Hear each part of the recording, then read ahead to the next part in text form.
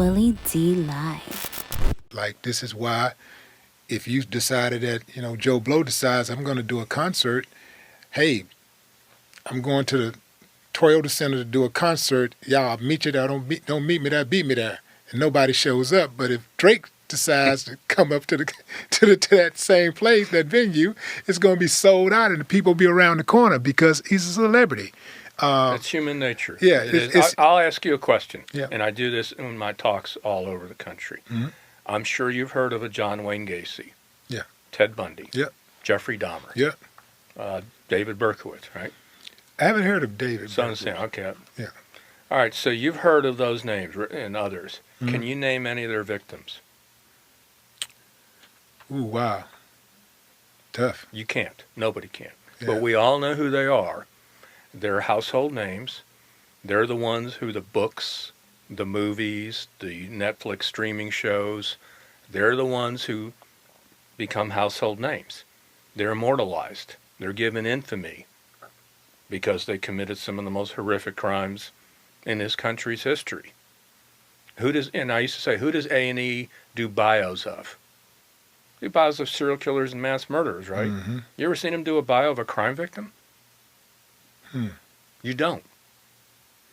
Unless the crime victim is like a little kid or something, or some special If you person might that did like something. Charles Manson, Sharon Tate, who Yeah. was known Right. before, unless you already have an identity. Right. Most people are not going to know who the victims are, but we're going to know who the killers are. There are a few cases out there that are actually known by the victims' names, and one of them is a famous case in Houston, and that was Jennifer Ertman and Elizabeth Pena, the two girls that were they stumbled upon a gang initiation in 1993 in Houston, Mm-hmm. coming up on the 30th year anniversary.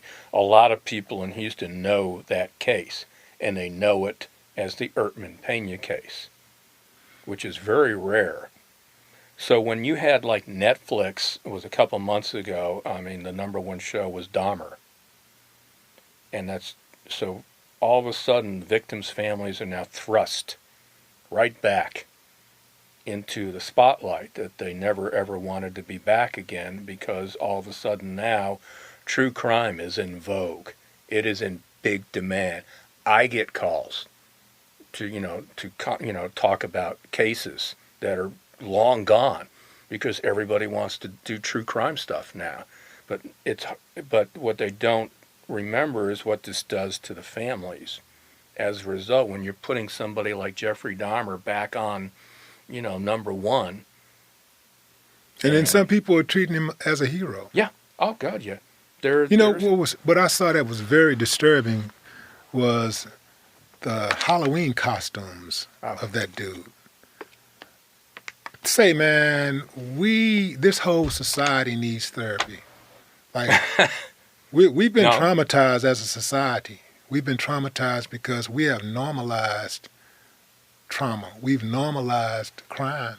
Like, we say one thing, but we really want that. We want to see that crime stuff. We want to see. Do you remember we had the railway killer in Houston, Angel Resendez Ramirez? Mm-hmm. You're right. And I remember that, and all of a sudden, and there was stuff that he was selling online, and I picked up at one thing, but he made a comment to a reporter on Channel 13, and it stuck in my mind, and he told the reporter that he's famous now, and he's not going to sell anything for less than $100 because he's famous. And I said, you know what? He's right. Mm-hmm. He is famous now because we make him famous. And I remember the reporters that would go down because you could do weekly interviews, and I called a reporter up. I said, would you stop giving him attention?